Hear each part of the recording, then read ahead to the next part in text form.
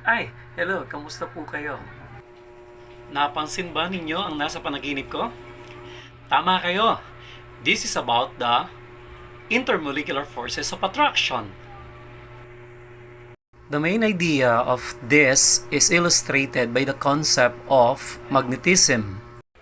Permanent dipole-dipole forces is a polar molecule in which there is a permanent dipole-dipole arising usually because the different atoms in the molecules have different electronegativities.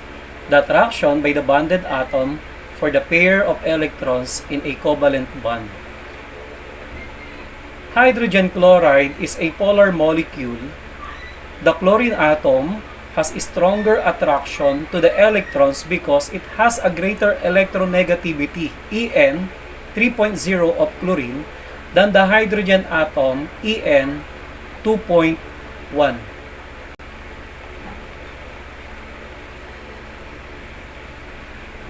We can represent the hydrogen chloride as H delta positive and chlorine Cl delta negative. Thus, there will be an attraction between the delta negative on chlorine atom of one molecule and the delta positive on the hydrogen atom of a neighboring molecule. This is the permanent dipole-dipole force, indicated with the dashed line. The second type of the intermolecular forces of attraction is the hydrogen bonding. The permanent dipole in a covalent bond between a hydrogen atom and a fluorine, oxygen, and nitrogen atom is particularly strong. Thus, the attraction between the electron deficient delta positive at one molecule and the lone pair of electrons of a fluorine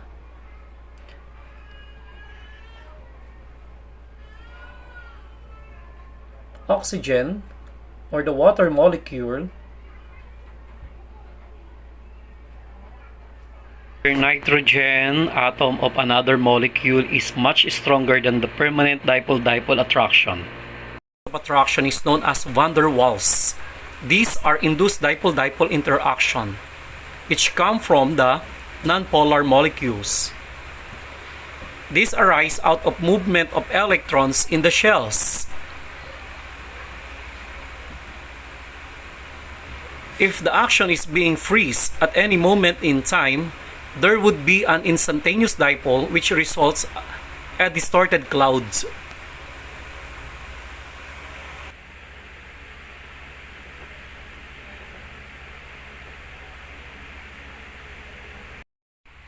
Identifying intermolecular forces between molecules is important. For you to correctly identify the intermolecular forces between these molecules, you need to correctly identify as well the polarity of that molecule. With that, you can determine the intermolecular forces that exist between the molecules. The schematic diagram below can help you to identify the intermolecular forces. So we have here the interacting particles, which are ions, are not present. Then the polar molecules only, or the dipole-dipole forces, wherein the dipole-induced dipole are polar plus non-polar molecules. Lastly, the hydrogen bonding is the hydrogen atom bonded to the nitrogen, oxygen, or fluorine.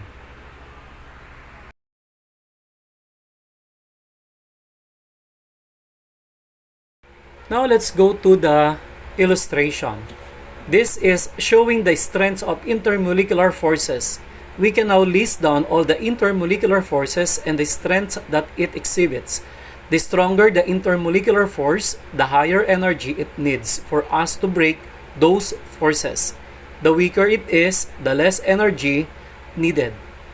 This chart below tells us of the relative strength of intermolecular forces, which can be referred to when trying to relate the IMF to the properties of substances. It shows that the strongest here is the hydrogen bonding, then the permanent dipole-dipole force, and the least is the induced dipole-dipole force.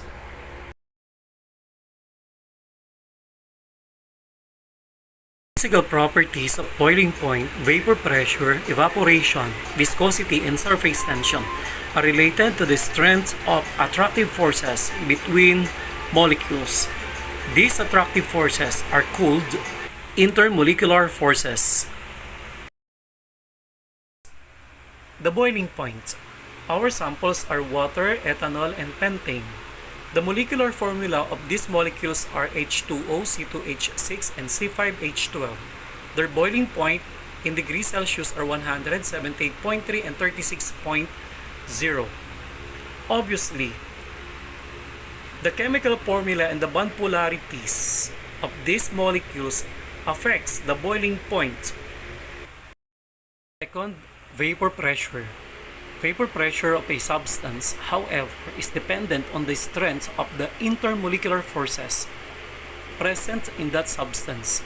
When the intermolecular forces are strong, the vapor pressure is low, just as in the case of these two molecules, the ethyl alcohol and the water. The ethyl alcohol with 0.08 atmosphere and water has 0.03 atmosphere. Third is the volatility. Volatility is the tendency of substances to evaporate at normal temperature. Acetone is most volatile compared to ethyl, and water liquid sample because it evaporates rapidly. The more volatile a substance, the weaker is its intermolecular force because it means that it just needs less energy for the substance to turn into vapor.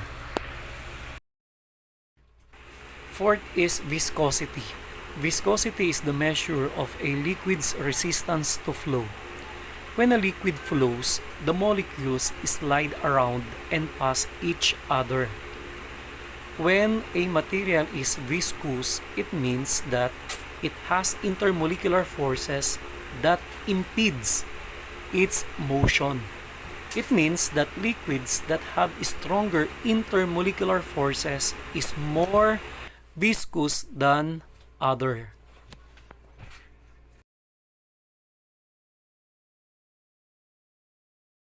Fifth is the surface tension.